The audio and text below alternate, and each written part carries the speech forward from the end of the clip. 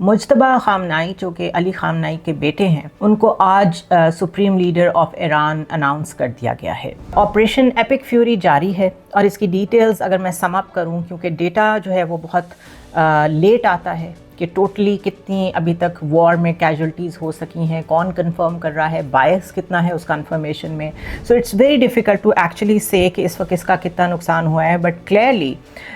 بہت سارے رپورٹرز جو الجزیرہ پہ فریلی بات کرتے ہیں وہ یہ کہہ رہے ہیں کہ تل ابیب سے اور اسرائیل سے تو فوٹیج ہی باہر نہیں آنے دی جا رہی۔ سملرلی یو اے ای میں جو کچھ ہو رہا ہے، وہاں انفلوئنسرز کو اور مختلف رپورٹرز کو روکا جا رہا ہے کہ وہ رپورٹ نہ کریں کہ وہاں لوگ کتنے ڈرے ہوئے ہیں، بیکاز ان کا بزنس کیپٹل افیکٹ ہوتا ہے۔ سو اگر تھوڑا سا ڈیٹا کی طرف جائیں تو یو ایس اور اسرائیل کلیم کرتے ہیں کہ انہوں نے تقریباً 2500 اسٹرائکس کی ہیں 8 دنوں میں، اور اس میں 1300 لوگ انہوں نے تقریباً کہا ہے کہ ایران میں مارے گئے ہیں، اور ایرانین میڈیا کے مطابق at least 181 were children. Iran ابھی تک کولیپس نہیں کیا، اس کی جو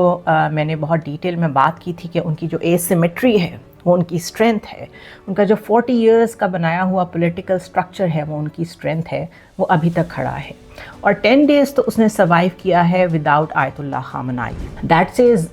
loads about their leadership strategy and security strategy. Now اگر ایران کے اٹیک کی بات کریں تو 28 فیبروری سے لے کے ابھی تک 500 بیلسٹک میزائل اور 2000 ڈرونز، 40% اس میں سے اسرائیل پہ مارے ہیں، اور 60% جو ہیں وہ یو ایس ملٹری ٹارگیٹس پہ مارے ہیں across the region, which means Gulf. اب اکراس دا ریجن کی بات ہو رہی ہے، یعنی گلف کی بات ہو رہی ہے، ان اسٹیٹس کی بات ہو رہی ہے جو کلیئرلی اس سینیریو میں امریکن الائنڈ نظر آتی ہیں، اور وہ سائیڈ لائنز پہ کوئی بائی اسٹینڈرڈس نہیں ہیں۔ ہم یہ نہیں کہہ سکتے وہ کیجولٹی آف وار ہیں، بیکاز وہاں پہ ایکٹیو بیسز موجود ہیں یو ایس کی۔